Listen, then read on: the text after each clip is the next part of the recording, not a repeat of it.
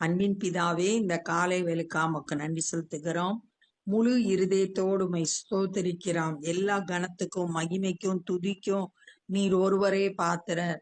உலகத்தின் முடிவு பரியந்தமும் சகல நாட்களிலும் நான் உங்களோடு கூட இருக்கிறேன் என்று சொன்ன தேவன் எங்களோடு கூட இருந்து எங்களை பாதுகாத்து வழி நடத்தும்படியாய் உம்முடைய கரத்துல எங்களை ஒப்பு கொடுக்கிறோம். இந்த நாளின் வேத தியானத்தை ஆசீர்வதித்து தாங்க. நீங்க எங்க கூட பேசுங்க. நேசிக்கிற இயேசு கிறிஸ்துவின் இனிய நாமத்தில் கேட்கிறோம் பிதாவே, ஆமென். அப்போஸ்தலர் 9வது அதிகாரம் 17வது வசனம். அப்பொழுது அனனியா போய் வீட்டுக்குள் பிரவேசித்து அவன் மேல் கையை வைத்து, ஆண்டவர் அனனியாட்ட சொல்றாரு, நீ போய் சவுல்ன்ற பேருள்ள ஒருவனை தேடி அவனுக்காக ஜெபம் பண்ணுன்னு அனனியாட்ட சொல்லியிருந்தாரு. அதன்படி அனனியா வீட்டுக்குள் பிரவேசித்து யூதான்றவனுடைய யூதாவின் வீட்டுக்குள்ள பிரவேசித்து சவுல் மேல தன்னுடைய கையை வைத்து, சகோதரனாகிய சவுலே அப்படின்னு சொல்றார். இப்ப முதல்ல ஆண்டவர்கிட்டே அவர் சொல்றாரு, அவன் சபையை துன்பப்படுத்தினவன், பரிசுத்தவான்களுக்கு பொல்லாங்கு செய்தவன். இப்பயும் தமஸ்குக்கு வர்ற நோக்கமே ஆண்டவரை தொழுது கொள்றவங்களை பிடிச்சிட்டு போகணுன்றதுக்காகத்தான் அப்படின்னு சொன்னான்.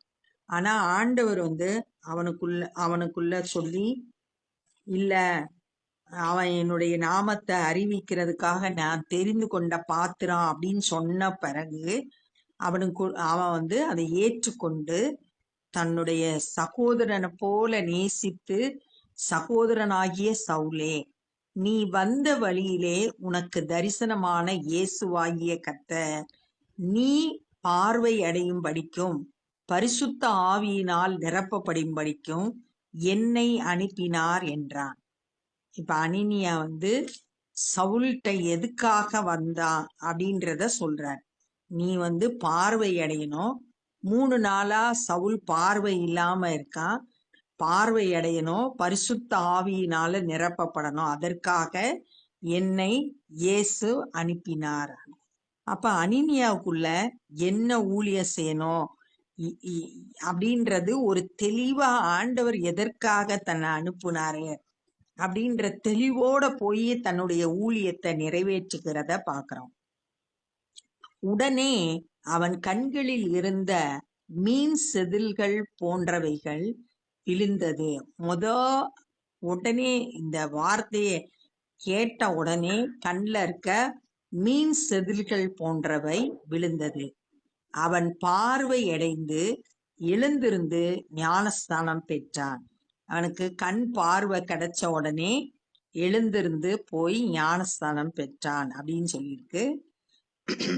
அவன் சரீர பிரகாரமான கண்களும் திறக்கப்பட்டது, ஆவிக்குரிய கண்கள் திறக்கப்பட்டு இயேசுவை அறிந்து கொண்டு இப்ப அடுத்த ஸ்டெப்புக்கு போறான். ஞானஸ்தானம் எடுக்கிறான். ரட்சிக்கப்பட்ட ஒவ்வொருவரும் ஞானஸ்தானம் எடுக்க வேண்டியது தேவ நீதி. கொலோசேயர் 2வது அதிகாரம் 12வது வசனம். ஞானஸ்தானத்தினாலே அவரோடு கூட அடக்கம் பண்ணப்பட்டவர்களாகவும், ஞானஸ்தானம் எடுக்கும்போது நம்ம இயேசுவோடு கூட அடக்கம் பண்ணப்படுகிறோம். அதிலே அவரை மரித்தோரிலிருந்து எழுப்பின தேவனுடைய செயலின் மேல் உள்ள விசுவாசத்தினாலே அவரோடு கூட எழுந்தவர்களாகவும் இருக்கிறீர்கள். ஞானஸ்தானம் எடுக்கும்போது அடக்கம் பண்ணப்படுகிறோம். இயேசுவை விசுவாசிக்கிறதன் மூலம் அதுல இருந்து நம்ம அவரோடு கூட எழுந்தவர்களா இருக்கிறோம் அப்படின்னு வேதவசனம் சொல்லியிருக்கு.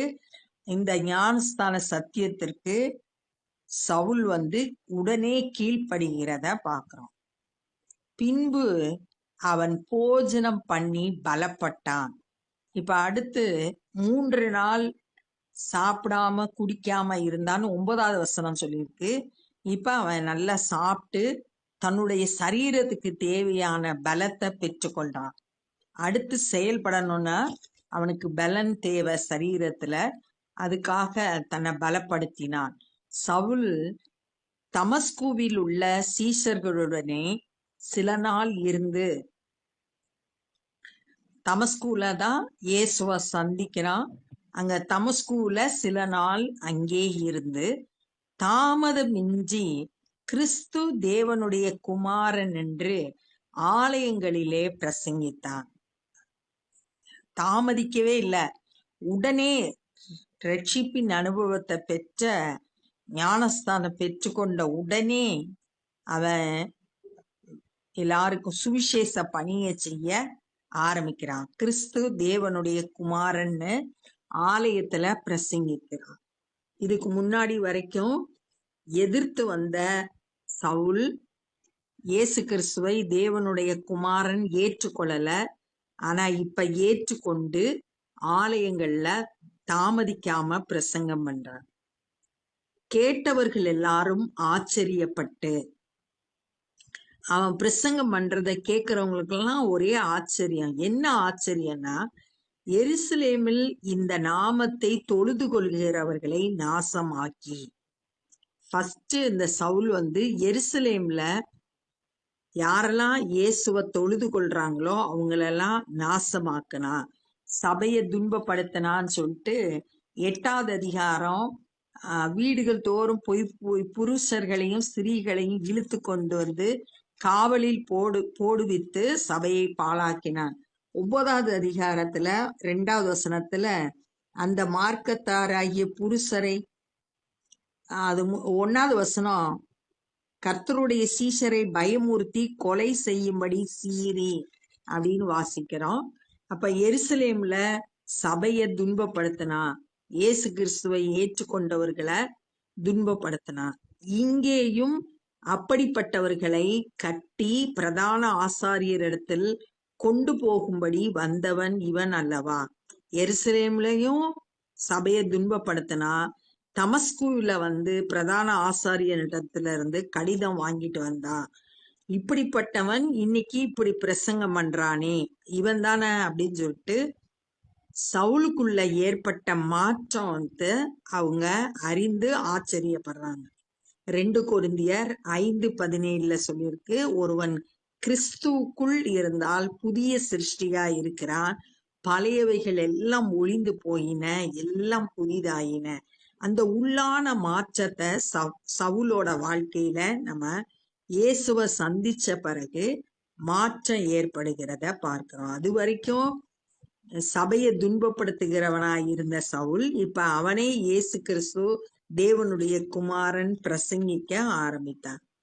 சவுல் அதிகமாக திடன் கொண்டு இவரே கிறிஸ்துவென்று திருஷ்டாந்தப்படுத்தி தமஸ்குவிலே குடியிருக்கிற யூதர்களை கலங்க பண்ணினான்.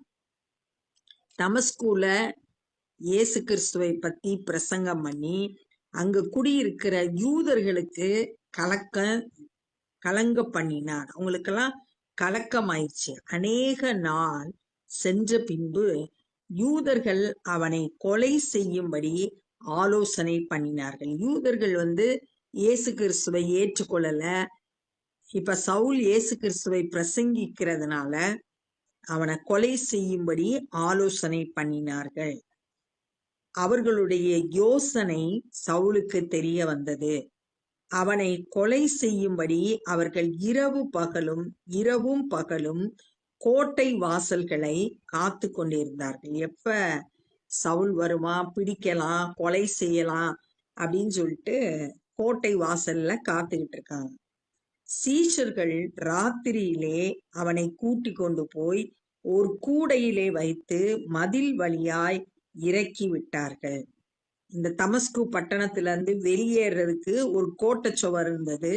அது ஒரு கூடையில சவுல வச்சு கோட்டை வழியா இறக்கி விட்டாங்க சீஷர்கள். தமஸ்குல இருந்த சீஷர்கள் சவுல் தப்பிச்சு போறதுக்கு உதவி செய்யறாங்க. சவுல் எருசலேமுக்கு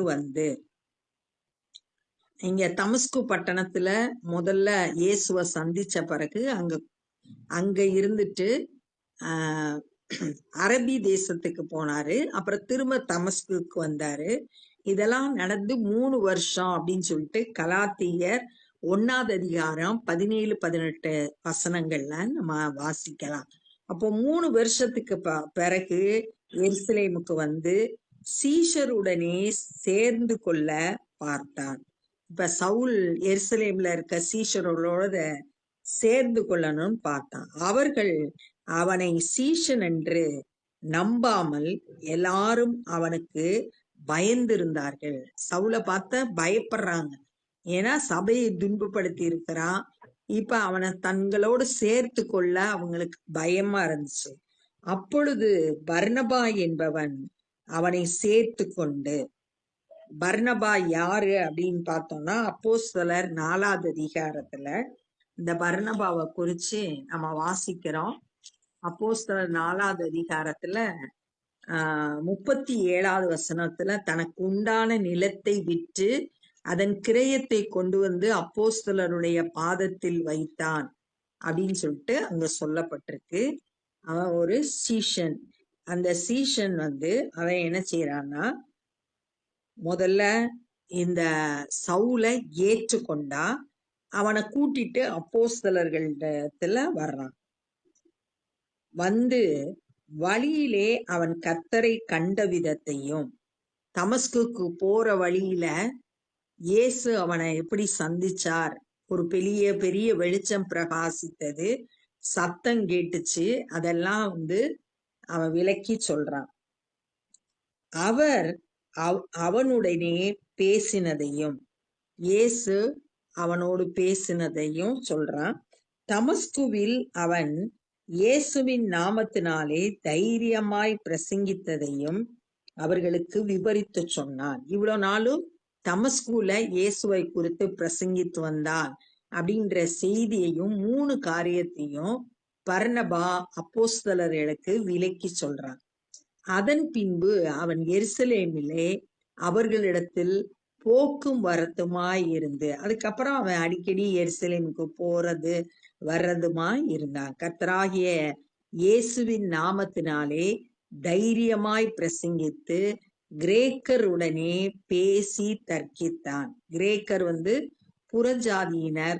புறஜாதிகளுக்கு சுவிசேஷத்தை தைரியமாய் பிரசங்கித்தான். அவர்களோ அவனை கொலை செய்ய எத்தனம் பண்ணினார்கள். ஆனா அவங்க சவுல கொலை செய்ய ரெடி பண்ணாங்க. சகோதரர் அதை அறிந்து, சகோதரன் இங்க சொல்லியிருக்கிறது விசுவாசிகள், சீஷர்கள், இயேசுவின் சீஷர்கள், விசுவாசிகள் அதை அறிந்து அவனை செசரியாவுக்கு அழைத்து கொண்டு போய் தர்சியுவுக்கு அனுப்பி வைத்தார்கள். தர்சியு பட்டணத்தான் நம்ம வாசித்தோம். அதனால அவனுடைய ஊரான தர்சியுவுக்கு அனுப்பி வச்சிட்டாங்க. அப்பொழுது யூதேயா, கலிலேயா, சமாரியா நாடுகள் எங்கும் சபைகள், 3 தேசம் இங்க சொல்லப்பட்டிருக்கு. யூதேயா தேசம், கலிலியா தேசம், சமாரியா தேசம். இந்த 3 தேசத்துல இருக்கிற சபைகள் சமாதானம் பெற்று, ஒண்ணு எல்லா சபையிலையும் சமாதானம் காணப்பட்டுச்சு. 2வது பக்தி விருத்தி அடைந்து, ஒவ்வொரு சபையிலையும் பக்தி விருத்தி உண்டாகுது. 3வது கர்த்தருக்கு பயப்படுற பயத்தோடும், சபையில கர்த்தருக்கு பயப்படுற பயம் இருந்துச்சுன்னா பரிசுத்தம் காணப்படும்.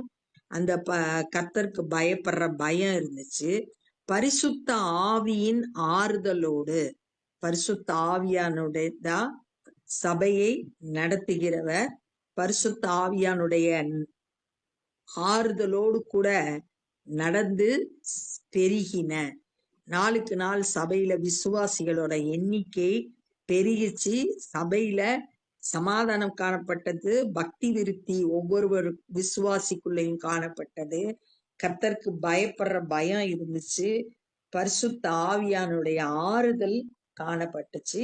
அப்படியா சபை வந்து பெருகிறதா இருந்துச்சு. அப்படி அப்ப இந்த நாள்ல அனனியா வந்து சவுல்கிட்ட வந்து பார்த்து சொல்றாரு, இயேசு வந்து உன்னிடத்துல என்னை அனுப்புனாரு. எதுக்காக அனுப்புனாருன்னா, நீ பார்வை அடையணும், பரிசுத்த ஆவியினால் நிரப்பப்படணும் அப்படின்னு சொன்ன உடனே சவுலோட கண்ல இருந்து மீன் செதில்கள் கீழே விழுந்து பார்வையடைந்தான். உடனே ஞானஸ்தானம் பெற்றுக்கொண்டான். தாமதம் பண்ணாம கிறிஸ்து தேவனுடைய குமாரன்னு ஆலயங்கள்ல பிரசங்கம் பண்ணா. எல்லாரும் அவனுடைய பிரசங்கத்தை கேட்டு ஆச்சரியப்பட்டாங்க. ஏன்னா சபையை துன்பப்படுத்தின அவனே இயேசுவை குறித்து பிரசங்கிக்கிறான் அப்படின்னு. தமஸ்கூல கொலை செய்யணும்னு நினைச்சாங்க யூதர்கள் சவுல. உடனே சகோதரர்கள் எல்லாம் சேர்ந்து ஒரு கூடையில சவுல வச்சு மதில் வழியாக இறக்கி விட்டாங்க. வெளியே வந்த சவுல் நேரா எருசலேமுக்கு வர்றான். ஆனா அங்க இருக்கிற சீஷர்கள் எல்லாம் சவுலை ஏற்றுக்கொள்ளல, பயந்தாங்க. ஆனா பர்னபா முதலாவது சவுலை ஏற்றுக்கொண்டு அப்போஸ்தலர்கள்ட்ட கூட்டிட்டு போய் இவன் எப்படி இயேசுவை சந்திச்சான், அவர் என்ன இவன் கூட பேசினாரு, இப்ப அவன் தமஸ்கூல பல இடங்கள்ல இயேசுவை குறித்து பிரசங்கிக்கிறான் அப்படின்றதெல்லாம் விளக்கி சொன்ன பிறகு அவங்க ஏற்றுக்கொண்டாங்க. சவுல் தைரியமா கிரேக்கர்களோடு பேசி இயேசுவ குறித்து பேசினா, சுவிசேஷம் அறிவித்தான். அங்க இருக்கிறவங்க கொலை செய்ய ரெடி பண்ணாங்க. உடனே சீஷர்கள் எல்லாம் சேர்ந்து தர்சு பட்டணத்துக்கு அனுப்பி வச்சாங்க. அந்த நாட்கள்ல யூதேயா, கலீலியா, சமாரியா நாடுகள்ல இருந்த சபைகள்ல சமாதானம் காணப்பட்டுச்சு. பக்தி விருத்தி, கர்த்தருக்கு பயப்படுற பயம், பரிசுத்த ஆவியானுடைய ஆறுதல் எல்லாம் காணப்பட்டுச்சு. சபைகள் நாளுக்கு நாள் பெருகியது அப்படின்றத இந்த நாள்ல நம்ம தியானிச்சோம். இப்ப நம்ம ஜெபம் பண்ண போறோம். அன்பின் பிதாவே, இந்த நாள்ல நாங்க கற்றுக்கொண்ட அந்த வேத பகுதிக்காய் நன்றி செலுத்துகிறோம். ஆண்டவரே, சவுளுடைய வாழ்க்கையில நடந்த காரியங்களை தியானிக்க நீங்க கொடுத்த கிருபைக்கா மக்கு நன்றி செலுத்துகிறோம். நாங்களும் பரிசுத்த ஆவியினால் நிரப்பப்பட்டவர்களாய் ஞானஸ்தானம் எடுத்து சத்தியத்துக்கு கீழ்ப்படிய ஒவ்வொருவருக்கும் கிருபை தாங்க. இயேசுவே தேவனுடைய குமாரன் என்று சவுல் தாமதமின்றி பிரசங்கித்தது போல நாங்களும் ஆண்டவரே மற்றவர்களுக்கு உம்மை அறிவிக்கிற மக்களாய் எங்களை ஆசீர்வதிங்க. ஆண்டவரே, இந்த நாட்கள்ல சபைகள்ல சமாதானம் காணப்படட்டும். பக்தி விருத்தியும் கர்த்தருக்கு பயப்படுற பயமும் ஒவ்வொரு சபையிலும் காணப்படும்படியாய் நாங்க ஜெபிக்கிறோம். பரிசுத்த ஆவியானுடைய ஆளுகைக்கு சபைகளை ஒப்பு கொடுக்கிறோம். நாளுக்கு நாள் வளர்ந்து பெருக கர்த்தர் கிருபை செய்யுங்க. ஆண்டவரே, இந்த நாள்ல சுவிசேஷ பணியை செய்கிற ஒவ்வொருவரையும் பயன்படுத்துங்க. அநேகர் ரட்சிக்கப்பட உதவி செய்யுங்க. நேசிக்கிற இயேசு கிறிஸ்துவின் இனிய நாமத்தில் கேட்கிறோம் பிதாவே, ஆமென். என் ஆத்துமாவே கர்த்தரை ஸ்தோத்திரி, என் முழு உள்ளமே பரிசுத்த நாமத்தை ஸ்தோத்திரி. என் ஆத்துமாவே கர்த்தரை ஸ்தோத்திரி, கர்த்தர் செய்த சகல பாரங்களை மறவாதே. ஆமென். God bless you.